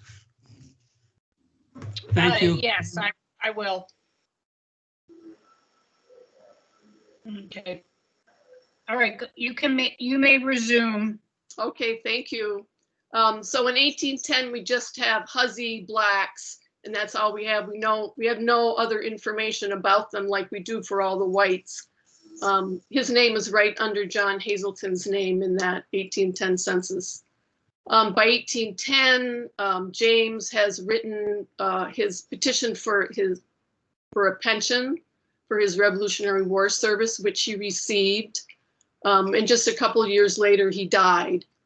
And for the next 30 years, it's Susana and her children in variously Townshend or Acton. Different census reports said different things. She immediately applied to receive James' pension. He got $96 biannually, and she was given $80. And she resubmitted the petition saying that she should be getting the same as her husband. She must have been feisty. And she did eventually receive the $96 that her husband was getting. And she received that money from 1831 until she died 24 years later. I know that after James died that Susana was living in Acton. Of course, at that time, Acton was not a part of Townshend. It became a part of Townshend later. But we do know that the grand list showed that she was in School District 4 in Acton. We know that they were living somewhere near Daniel Brown, and that's from the history of Acton. We also know that Susana was a founding member of the Second Baptist Church. She was attending a church in Brookline, a Baptist church there, but when Townshend built the Baptist church, she got a letter of dismission from that church and she moved to the East Townshend church. And she was the head of household. We're not exactly sure how many children that they had. That number of 8 in the 1810 census might point to that they had 6 children, but that's something that I'm going to need to do more research on.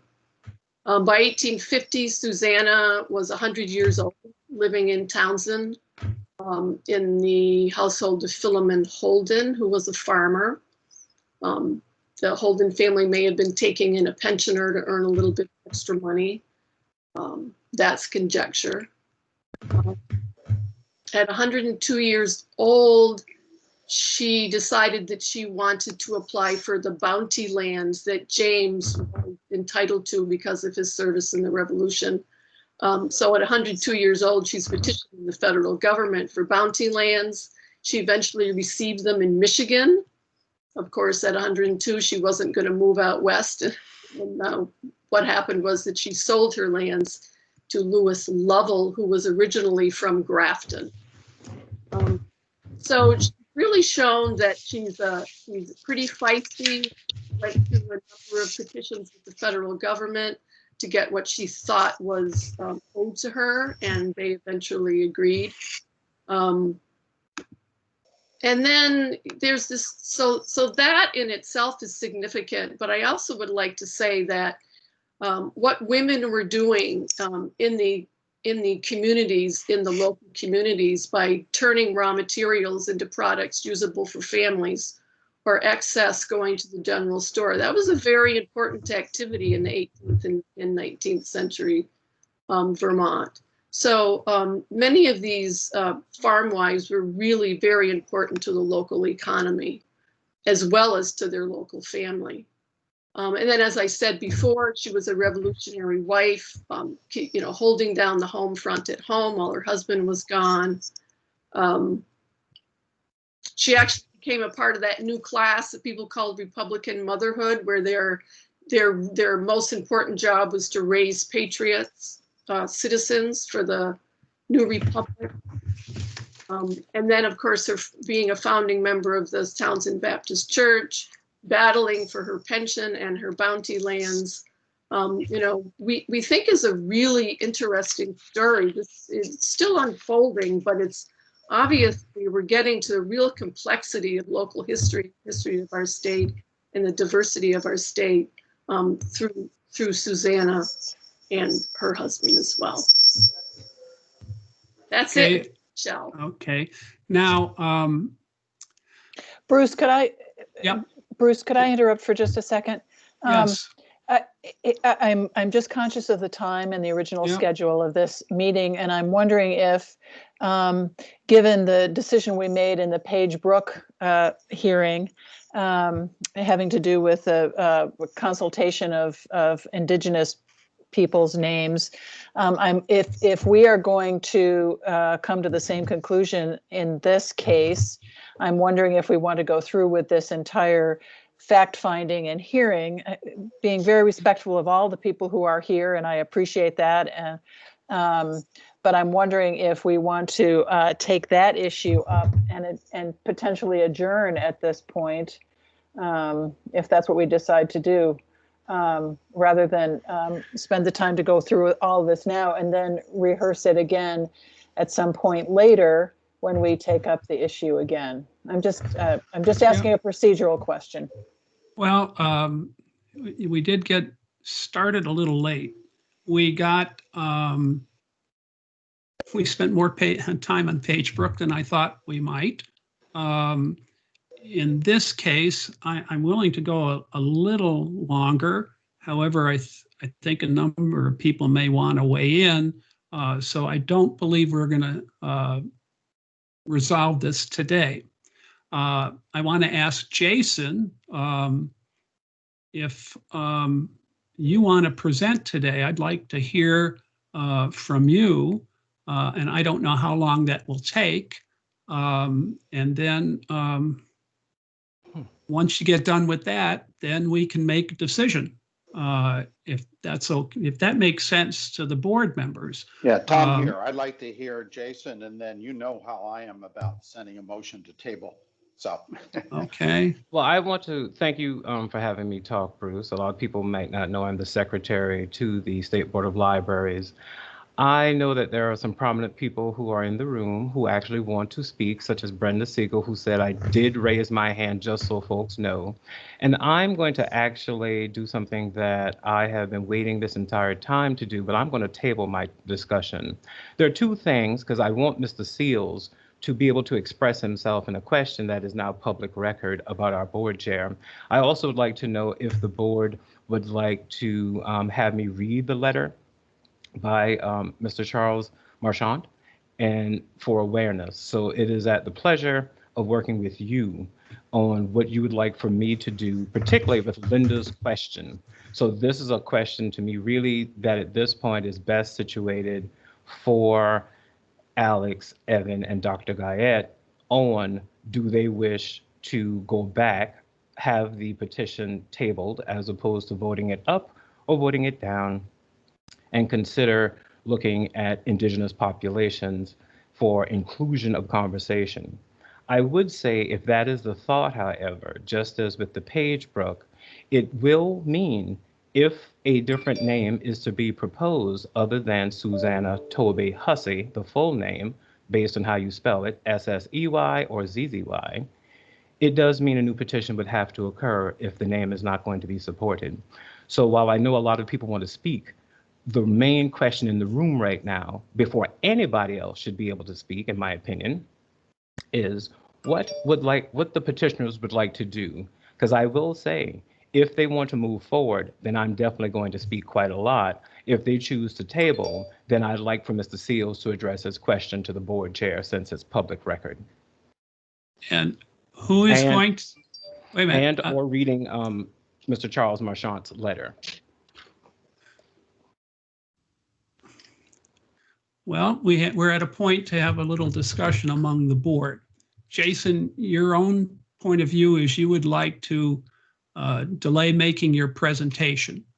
That is correct, based on the question by the board member on does the petitioners wish to go back and consider some discussions with Indigenous populations similar to the update for the Paige Brook. Okay, and I see Brenda Siegel's got a hand up, Alexander Hazard's got a hand up, and I guess Konshu X and Rachel Siegel, a number of hands getting up. So I strongly recommend Yeah. hearing the decision before we allow talking of yes by the petitioners on the question by the board for Linda. I really think that is imperative.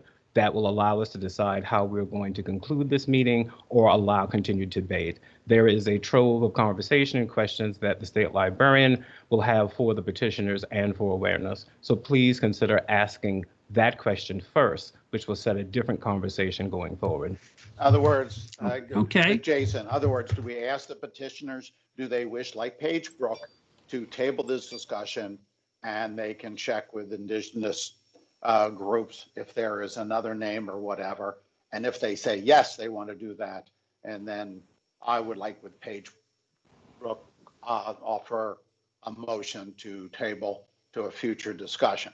If not, then we go further and have Jason speak and a couple of others. Excuse me, I'd like to respond to the question around the Indigenous, getting Indigenous voices on the renaming process, if that's all right. Delightful. Go ahead. Thank you. So it just wanted to be known, so we did discuss reaching out to Indigenous folks about this renaming process. Given the nature of the name of the brook being Negro Brook, we felt it was more imperative to address and uplift the stories of Black folks and African Americans in the area. And we are in contact with Indigenous folks on other projects, like Evan said, working on the restorative remapping project. Given Negro is the pejorative that's being used here, and so, uplifting and naming the Black folks who are in that area we feel is a priority. So I'm going to make sure a question for you, Alex. So it sounds like you did not necessarily reach out to Indigenous populations. You said it's a priority, which I do respect, but is there any information from those groups that said go forward, don't go forward, that you had, or did this say we wish to talk about the Black experience only? Just to make sure I understand your question, you're asking if we reached out and got a response, and Yes. if that was their response. No, we did not. We decided to concentrate our efforts on understanding the history of Black folks in the area instead. We are, unfortunately, a small group, and that's, how we had to focus our efforts. Thank you. I appreciate it. Yes. I'm just going to ask if you have questions. I see three up. And at this point, I'm willing to entertain questions. And then we have to make a decision about tabling this. We are not going to finish this today. I think there is some extensive discussion that Jason wants to offer. I certainly have things that I want to offer. I was not involved in any of the discussions with Evan and Alex and Elise, but I have talked to the staff quite a bit and I've got perspectives. So without any objection or pushback from the board, I see Brenda Siegel, Honshu, and Rachel Siegel. So Brenda, please go forward. Hi there. Thanks everyone for having this hearing. I just wanted to say I live in Newfane, so I'm one town over from Townsend. And even though people may not know exactly where I live in the state because I've been all over. I want to say that living in this area, I was born and first lived in Brookline and then grew up in Brattleboro. My grandparents lived in Williamsville. This is the area that I know the most. And I really have not seen the addition of uplifting the names of Black women and Black men from our community. In fact, I don't know much history except that I've sought out myself in the last many years in this area. And so not only do I think this is essential to uplift for our Black and Brown community, but I also think it's essential to uplift for all of us because, frankly, our freedom and our liberation is tied up with the liberation of Black and Brown folks and Indigenous folks. So my question is, when I was listening to the Paige Brook information, I didn't see the same level of depth being asked about why they were going deeply into that naming. And it concerned me because I think we often ask for more why, and we often ask for more in-depth consideration when it is on issues of race on especially Black and Brown communities. And that isn't that's just to ask us all to self-reflect a little bit more. And can I ask, okay, how much longer are you going to take? And then Jason wants to react, and I have a question for you too. I'm almost done. I just have I also heard the question, what if it was not meant to be derogatory? And I think that I want to just say that I think there's a lot that was not meant to be derogatory in our society, but turns out it is causing quite a lot of pain for people of color across our state and our country. So I want to say that this is, if it was not meant to be derogatory. Okay. Jason, hang on for a second. Brenda, are you done for the minute? Yeah, even if it was not meant to be derogatory, I'm wondering where the concern is there. I'm not questioning the question. More, I'm asking what the concern would be in renaming it, even if it wasn't imposed on purpose. Jason, you were shaking your head for a couple seconds. Do you want to say something? Not for time, but I will say one of the things that I think people would be best served in understanding is that, first off, this board serves an extension to the state of Vermont and so are considered state officers. As the state librarian, I too am a state officer, and one of the things that we would like to do from time to time is, of course, have discussions about things that impact the state. Race, politics, religion, and sometimes money based on class are topics that are always nuanced. I have heard repeatedly, as a person coming from the South, I find it stunning that there would be people who would say, in some cases, which have posted in this chat, that the term Negro is racist. Howard University has a medical item that talks about the history of Negro education that they too were asked to change, but then people decided to stop. The United Negro College Fund, which is a proud institution, still is around. So when I hear people, I'm a bit emotional right now. It's not your fault. In other words, it's understanding this. And I know James comes from Virginia, which has a special type of racism as compared to other parts of the South. I find this a very personal conversation, and I want everyone to know who is listening. The purpose of this conversation should be one of understanding and unity. There is discord between Townsend and these petitioners, and the state is very aware of this. So if it is a shock to people as to why the state finds this interesting, this conversation goes beyond the level of a name.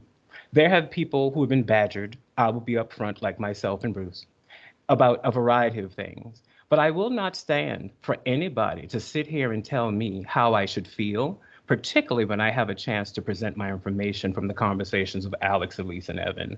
There are a lot of things that are not said. There are a lot of research parts that are not really fully covered. The best thing for this petition to do, in my personal opinion and professional, is to start again. There are too many questions, but when I make my presentation, it might not answer all the questions. But emotionally right now, this is a really unhappy state in which we are having this conversation in which it can't be unifying. Okay. If we can't unify on knowing, we are all in agreement that the name should change. I strongly and vehemently disagree it is a name that is discriminatory or particularly racist. It's a name that was historically given to us as compared to the other N-word. For that, growing up in the South, you would love that name as opposed to the opposing. So please understand, sometimes we see things, and in the statement itself of why this petition was created, a television show was launched where the petitioner himself said he watched it, and it's called The States with the 50 Worst Racist Names. And also there's a database, not necessarily reputable, that is also acknowledged by our petitioners. There are other caveats to this, such as the word Toby. I encourage us all just to look up that term as well. It has some importance in our conversation, a very, very nuanced item on what we wish our state to be. My goal in this is not to be neutral, but personally, I am less than neutral. It is so important that we find a way right now to have a conversation that unifies us. There are also lots of gaps that will need to be addressed, and there are some nuances not in the role of women. My belief on one of them is, just as James said, two people can do the same work but graded differently. I want nothing more than for us to be treated equally as a person of color. Is this the level of achievement that we're going to get into to discuss this? I find that unfathomable that we're all here. And Bruce, not to rile feathers, there was a question that I found stunning that was placed in the chat for public record. I'm going to just let you know that it's here. The question is, what is it with our chair's self-importance? I don't need to hear all the things about his life. It's disrespectful. This is where we're at, everybody.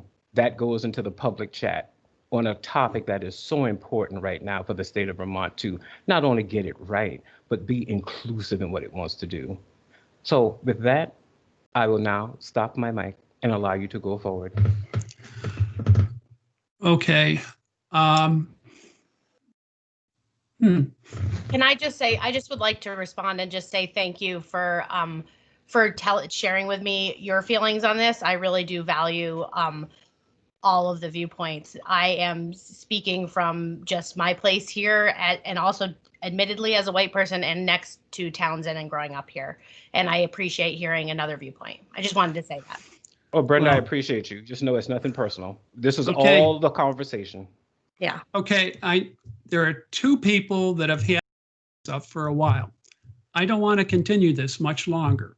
I think that there's going to be a point real soon. We're going to have to call a question, and I presume it might be to table this until a date in the future. I see Hanshu and Rachel Siegel.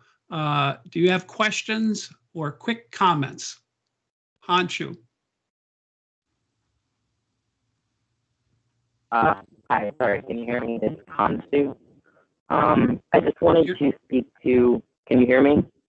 You're sort of garbled. How about now? No, I really, I Make have. sure your video's off. How about now? Is that better? A little better. Can you hear me? All right. We Well, can. Talk slowly, if you can talk slowly. All right, I will talk slowly and I will make it as quick as I can. I wanted to speak to what Alex said, actually, in support about on this issue of Indigenous voices. I'd like us to not invisibilize the history of Black people in the interest of restorative justice for all disenfranchised groups. It continues the myth that Black people are not also Indigenous people, and Blackness does need to be recognized in the name. I also heard Mr. Broughton in not being offended by Negro necessarily in certain contexts and what that means. it could mean so many things to me as a Black person. And I would love to see this brook be changed to Susana Toby Brook, because there is a difference in the history that we are getting. And I'd rather see it keep Negro Brook than go to anything else that doesn't recognize Black people, because at least it still gives me information. So I will stop there. Thank you. Thank you very much. I think we got what you were saying. It's a little hard. Last person is Rachel Siegel. Hi, thank you very much for continuing with public forum. I very much appreciate the opportunity to speak to you all. I'm Rachel Siegel. I use she, her pronouns. I live in Burlington, Vermont, and I'm the executive director of the Peace and Justice Center, which is a statewide organization. We're 41 years old, and I'm speaking representing that group. And in thinking of my comments, I had assumed that there was consensus that the current name was problematic. And it's very sort of dissettling to me to hear Jason's point of view on it. And this question of whether or not the word Negro is racist, and you know, that it's in these names, also the NAACP, that this name, the word is used and is less offensive than other words, certainly.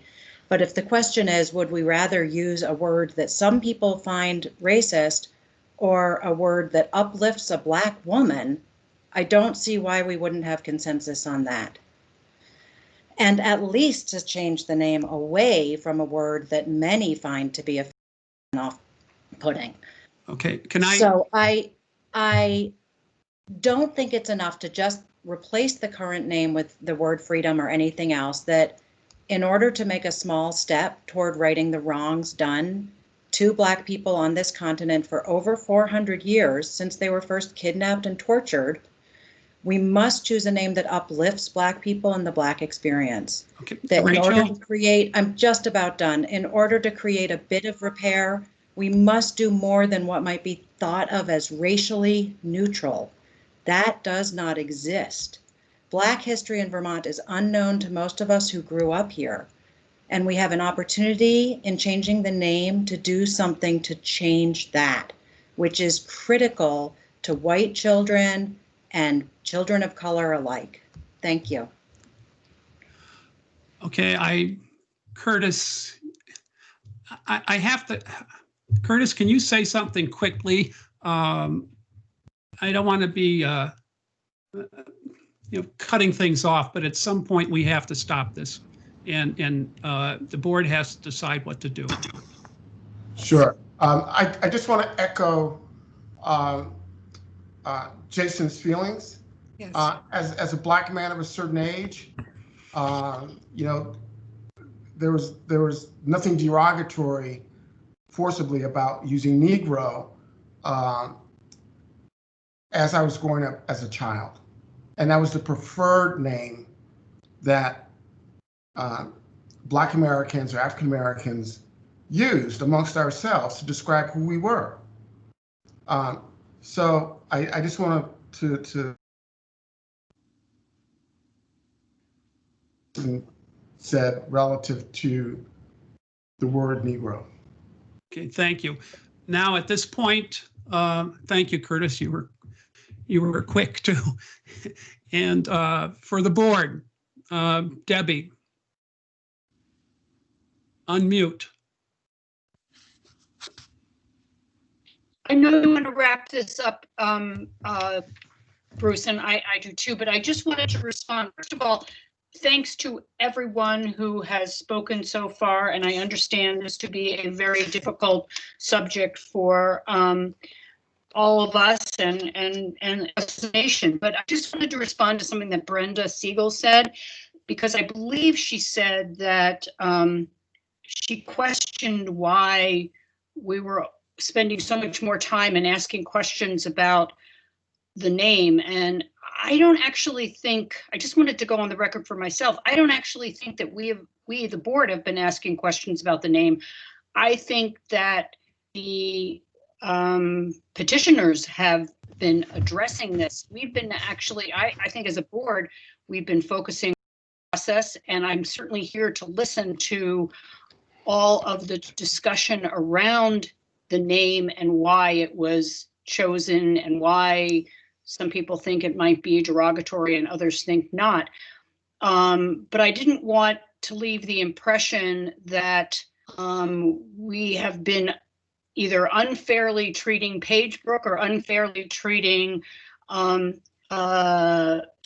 Toby Brook on purpose. I mean, I feel like I've been listening to a lot of comments that have come from the people who wish to speak. So. Okay, so the board has let me just say quickly for the record, we spent 2 whole hearings on Prosperity Peak, I think back in 2015. Some name changes are easy and take more examination, and that's it. So the question to the board is, what do you want to do? I would like to table. I think there should be more discussion. I was very moved by what Jason just said. So let's talk a little bit more and get more, hear more voices. So, Second. Okay, so we have a motion to table with a second. Tom, is a motion to table debatable or open to comment or not? Or is it a privileged motion? Yeah, as I understand it, to table. The only one that isn't open is to adjourn. Okay. It's not debatable, but table. And usually have to give it time to a specific time. Mr. Litwin, you have your hand up. Thank you so much. I just, before the vote, goes to a vote to table, I really just felt there were some quick things I wanted to address without taking up too much time. I know the meeting got started late and we had some breaks and interruptions, and Paige Brook went a little longer, in part to some questions that I had. So, but I did just want to thank everyone, including Commissioner Broughton, who I very much respect. As a white person, I certainly don't want to invalidate anyone's experiences that are people of color or identify as Black, African American, and so those voices are very important to uplift.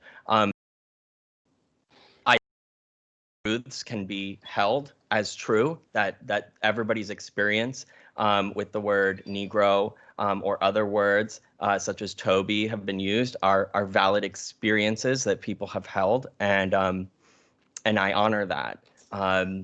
I definitely think that we used the 1974 Roper poll, which was used to define when it was a national poll that African Americans were consulted, and that is sort of the baseline of when the majority of folks in that poll where Negro fell out of favor. I certainly don't want to invalidate in any way anybody's experiences or comments today. Okay. But can you tie up, please? I have a motion on the table and I'd like to act on it. Okay, so essentially we've had quite a bit of process. I've discussed this issue with the president of the NAACP for Windham County. They support this change. They have joined a meeting with the Townshend Historical Society as well as their invited guest. He could not be here today.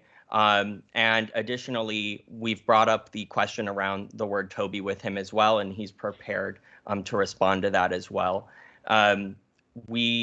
I also recognize that the document that the news article, which originally from 2015, which was from, an odd website, Voactive News or whatever, it's not, it's certainly not, it is a dubious, resource. I agree with Jason. So Evan, can you wrap it up, please? I have a motion and I want to act on it.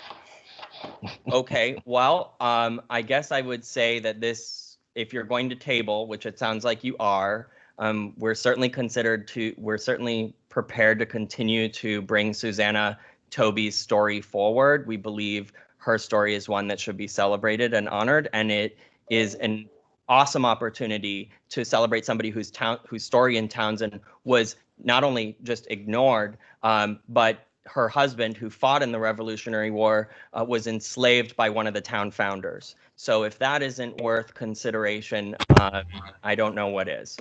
Well, we'll continue our consideration. I have a motion to table. I have a second. We've had some discussion. We haven't said when we want to table this to. We put off Paige Brook to what, April, or no sooner than April? I don't know what the pleasure of the board is. So if there's no comment, Maxie, you made the motion. What's your feeling about when we would do this again? Well, I don't know, depending on everybody's availability, maybe we can have another extra session. And that's very possible. And it'll be up to staff and me to get in touch with the primary petitioners to try to identify some dates. We can bring that, our next board meeting, I think, is on January 9th or around there. We can talk about it and schedule it then. So with that said, I call the question. All in favor of tabling at this point and further discussion about when to do it at our next board meeting, please signify by saying aye. Aye. All opposed? Okay, the motion is tabled. And at this point, now we have to close the hearing. Do I have a motion to close the hearing? I move that we close the hearing at this point. A second? I'll Linda? second that, Linda. All in favor, say yes. Aye. Aye. All opposed? No. And now a motion to adjourn. I move to adjourn. That's always my position. That's non-debatable motion. Okay, a second. There's a second. I second. Maxie seconds. The question is, shall we adjourn? The question is, all in favor? Aye. All opposed? Okay, the meeting is adjourned. Thank you all. And we'll be continuing this thing. Okay, thank you, Bruce. Thank you, everybody. Bye, everybody. Thank you. I do want to add, there are some questions in the chat that I just put some answers to. There was clarification for those who are still on, asking from their understanding, will this be something that we will talk about in January, or is it officially moving? I said this will be something that will be a conversation at the January meeting for those who are still in the room. It does not mean that the decision will be taken up. There will always be information posted on the Department of Library's website, along with board minutes and agenda for what will be discussed for those who are still here. So I cannot promise that it will be on the agenda. It will be something of conversation, and all persons will have enough time to know when and what will be discussed prior to the meeting. Okay. Thank you for attending. Thank you. Bye-bye, all. Okay, bye. Season's greetings. Happy Thank Christmas. you, everyone. whatever. Bye-bye. Thank you. Thank you.